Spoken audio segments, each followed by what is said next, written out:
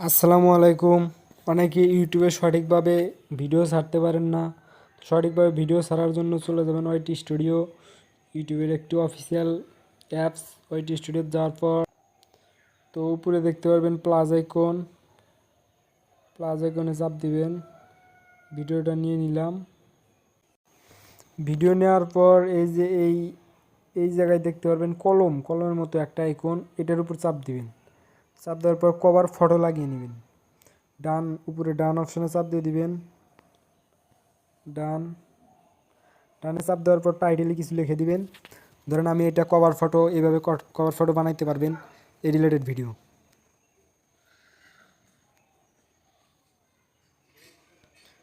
Cover photo বানান খুব সহজেই আপলোড অপশনে ক্লিক করে দিবেন। আপলোড হওয়া শুরু হয়ে যাবে।